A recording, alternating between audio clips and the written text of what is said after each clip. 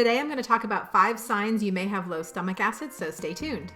Hey there, if you're new here, my name's Amanda Malacheski. I'm a certified functional nutrition health coach and a digestive and allergy detective. I help people figure out how to eat not to trigger their symptoms. So if you'd like more about this, please consider subscribing and be sure to hit the bell to be notified when I post a new video every week. Stomach acid is absolutely key for optimal digestion, but how do you know if yours is low or not? In today's video, I'm going to share 5 signs that your stomach acid may be low that you may not be aware of.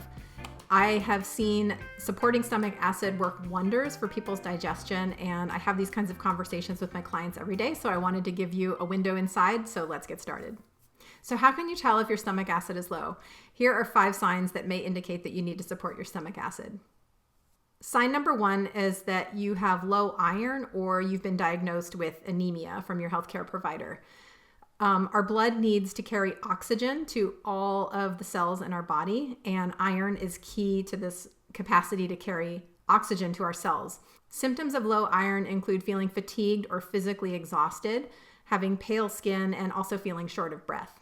So if you suspect that you might have low iron, you can talk to your doctor about getting a test for iron or a comprehensive blood chemistry panel, or a CBC, which includes the markers hematocrit and hemoglobin, which can give you a clue about your iron status.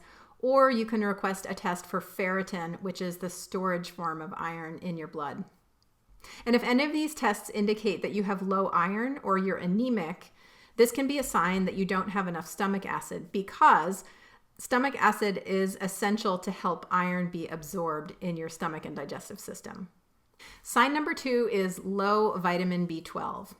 And this one really goes hand in hand with the iron, because vitamin B12 is also absorbed with the help of stomach acid.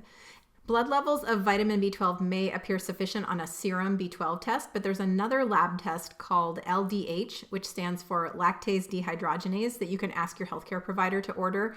And if this test is out of range, it's a really clear indicator that you are low in vitamin B12. The older you get, the more likely your stomach acid is to decrease. And so it's also really common for older people to experience low vitamin B12 levels.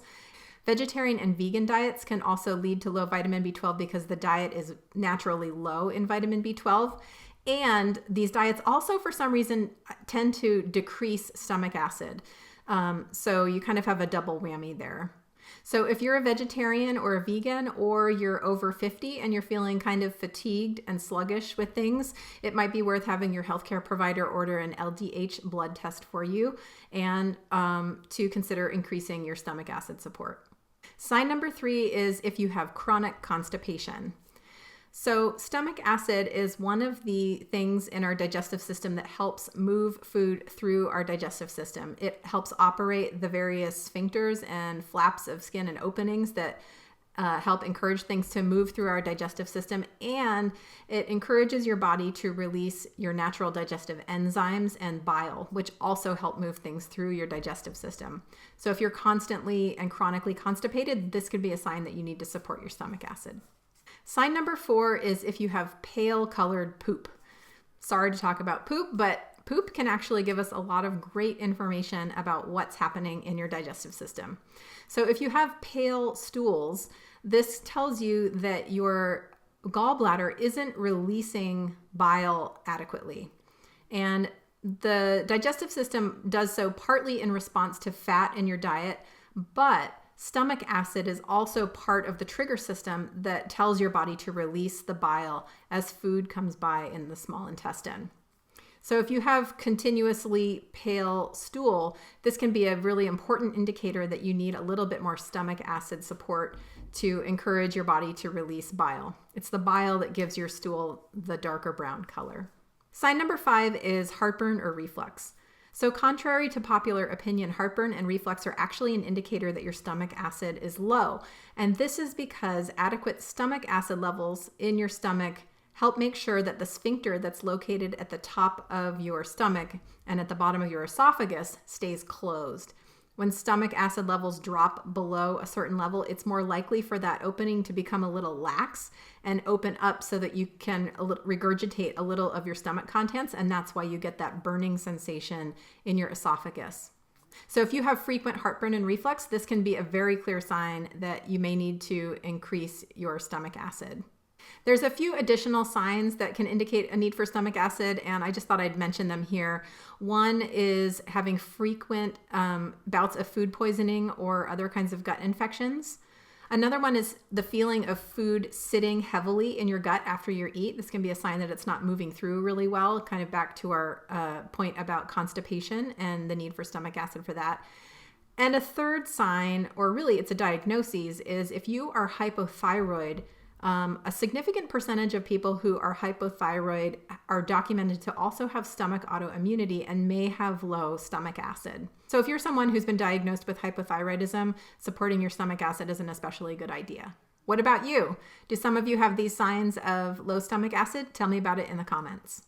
So I hope this video helped you think about whether or not you have low stomach acid and helped you understand some of the signs that could tell you that you may need some stomach acid support. If you need a little bit of additional support figuring out how to include stomach acid support, you can check out my earlier video called How to Increase Stomach Acid for Digestive Health. If you're ready for some professional help supporting your digestion, there's two main ways I can help you. The first is that you can download my free guide called Roadmap to Gut Recovery.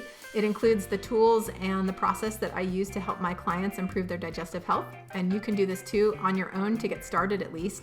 And so you can head over to confluencenutrition.com/roadmap to grab your own free copy of that. And I'll be sure to leave a link for that below this video. Or if you've already tried a lot of different solutions and you're ready for some more personalized one-on-one support, I encourage you to schedule a free 30-minute assessment session with me.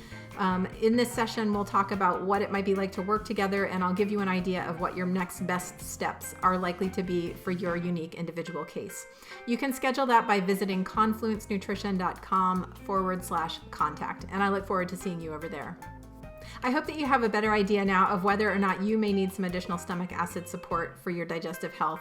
And I encourage you to check out that earlier video if you need some more support with that. And if you liked today's video, please like and share it with those of your friends or family who you feel might benefit from it. And I look forward to seeing you next time. Take care.